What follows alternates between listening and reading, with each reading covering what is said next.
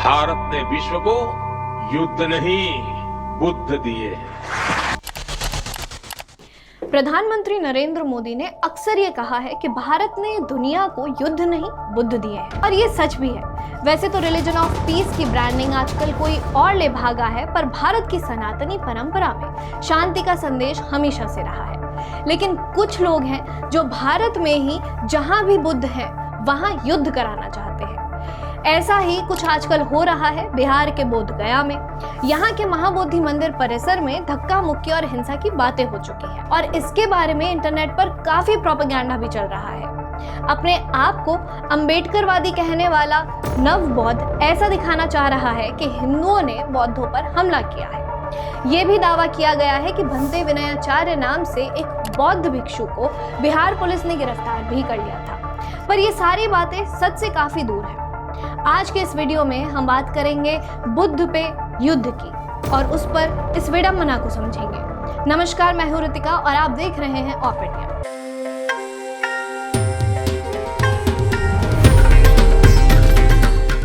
तो बात है बिहार के गया जिले की, जहां गया जी और बोध गया नाम से दो शहर हैं। यहाँ गया जी में विष्णुपद मंदिर है और बोध गया में महाबोधि मंदिर है, जहां हिंदू अपनी परंपरा अनुसार पिंडदान करते हैं, शिवलिंग पूजते हैं और विष्णु के अवतार माने जाने वाले भगवान बुद्ध की पूजा भी करते हैं। हिंदुओं के साथ यहाँ बौद्ध धर्म के लोग भी अपने धार्मिक अनुष्ठान कार्य करते हैं। इस इलाके को अगर स्पिरिचुअल कैपिटल ऑफ बिहार कहें तो शायद गलत नहीं होगा, लेकिन यहाँ की स्पिरिचुअलिटी में पॉलिटिक्स की सेंध लगाई जा रही है महाबोधि मंदिर के प्रबंधन को लेकर।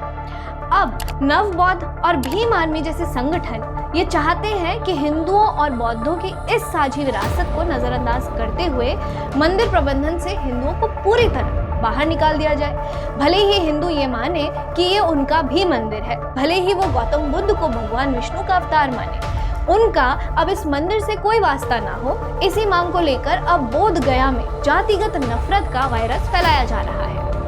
इस वायरस की ये दिलचस्प बात है कि इसकी जड़ें भारत में नहीं बल्कि श्रीलंका से जुड़ी हुई है। श्रीलंका के इस ईसाई परिवार में जन्मा एक व्यक्ति जिसका नाम धर्मपाल उर्फ डॉन डेविड हेवावितर्न। आप ये नाम याद रखिए, क्योंकि आज जो विवाद इस मंदिर पर चल रहा है उसका बीज इसी व्यक्ति ने 1890 में बो दिया था।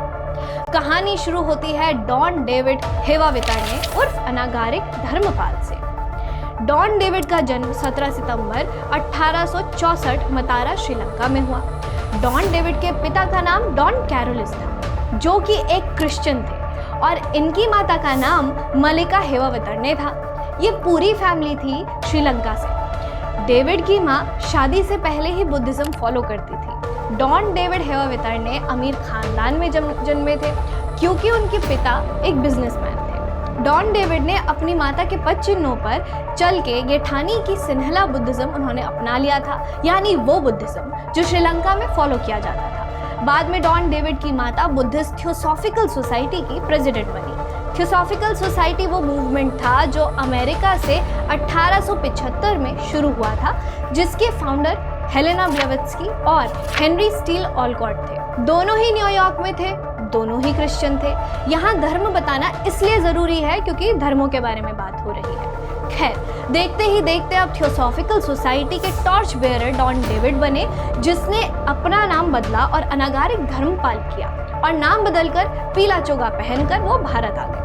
अनागारिक धर्मपाल भारत आए और यहाँ आकर उन्होंने हमारी हिंदू परंपराओं में हस्तक्षेप करना शुरू किया। इनका कहना था कि वो ब्राह्मणवाद का विरोध कर रहे थे। मुख्य विरोध तो हिंदू परंपराओं के खिलाफ था ही, और इसी के साथ ये एक फॉरेन फंडेड प्रोजेक्ट था।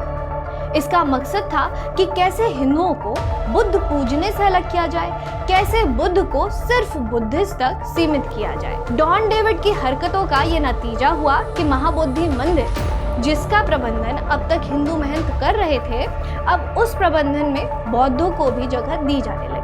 देखने वाली बात यह है कि प्रबंधन में किए इस बदलाव का हिंदुओं ने कोई विरोध नहीं किया था, जैसा कि अब नवबौद्ध कर रहे हैं। शायद हिंदुओं ने इसे बौद्धों का हस्तक्षेप नहीं बल्कि साझी विरासत माना था। इसके बाद मंदिर की ये साझी विरासत चलती रही।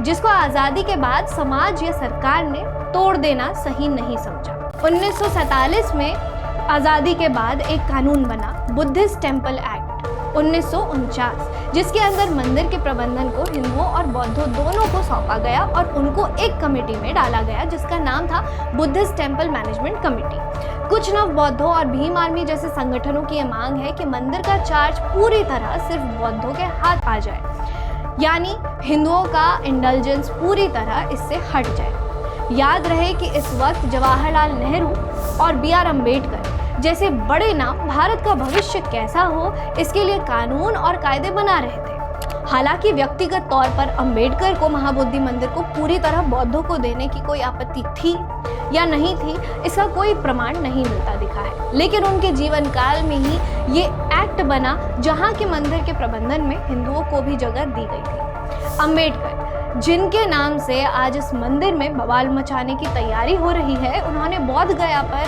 आकर इस एक्ट का विरोध किया हो, इसका भी कोई इतिहास में प्रमाण नहीं मिलता है। चाचा नेहरू ने भी महाबोधि मंदिर के प्रबंधन में हिंदुओं के होने पर कोई आपत्ति नहीं जताई। हाँ, उन्होंने भले ही ये कहा था कि इस कमेटी में एक नॉन इंडियन बुद्धिस्ट रिप्रेजेंटेटिव को जोड़ा जाए। वो अलग बात है कि ये पूरी आग डॉन डेविड के नाम के एक नॉन इंडियन बुद्धिस्ट ने ही लगाई थी, जो असल में ईसाई था। वैसे तो महाबोधि मुक्ति आंदोलन के नाम पे बोध गया में इस विवाद को हवा देने की कोशिश कई सालों से चल रही है, लेकिन हाल में इसका काफी विकृत चेहरा देखने को मिल रहा है। कभी शांति से अपने पूर्वजों के पिंडदान कर रहे हिंदुओं को मंदिर से बाहर जाने का फरमान सुना दिया जाता है, फिर ब्राह्मणों के खिलाफ जाति सूचक शब्दों को इस्तेमाल किया जाता है, तो कभी झूठ फैलाया जाता है कि सरकार ने बौद्ध भिक्षु को गिरफ्तार कर लिया है। और ये सब हो रहा है बुद्ध के नाम पे या फिर ब्राह्मणवाद के खिलाफ लड़ाई के नाम पे। हाल ही में बुद्ध पूर्णिमा के दिन जब बिहार के राज्यपाल आरिफ मोहम्मद खान, BTMC के चेयरमैन और वहां के DM मंदिर में जाकर मंत्रोच्चारण के साथ शिवलिंग की पूजा करते हैं, तो कुछ नव बौद्ध इस पर ब्राह्मणवाद का ठप्पा लगाकर विरोध करने लगते हैं।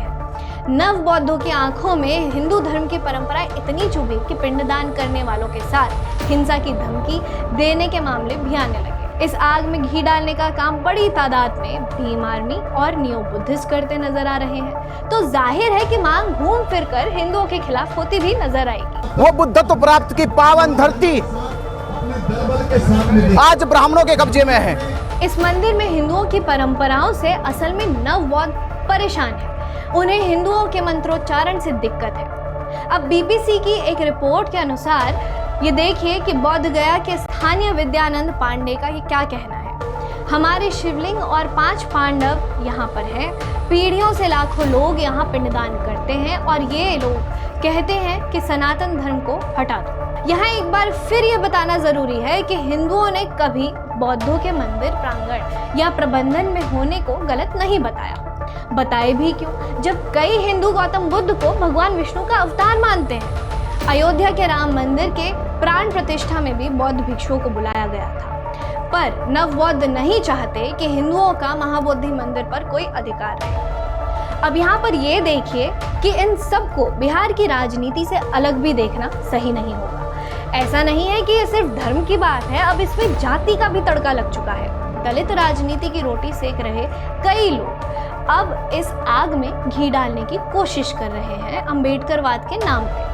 जैसे जैसे बिहार चुनाव की तारीखें नजदीक आएंगी, इस आग को और भड़काने की कोशिश की जाएगी। और जब चुनाव और जात की बात हो तो मुझे तो कोई आश्चर्य नहीं होगा अगर राहुल गांधी थाईलैंड की जगह अगली बार बोध गया पहुंच जाए। फिलहाल तो हम यही प्रार्थना कर सकते हैं कि बुद्ध के नाम पे युद्ध को आतुर लोग इस वायरस को फैलाने से रोकें, क्योंकि पारंपरिक रूप से चली आ रही है साझी विरासत ही इस वायरस का एकमात्र एंटीडोट है। देखते रहिए ऑप इंडिया।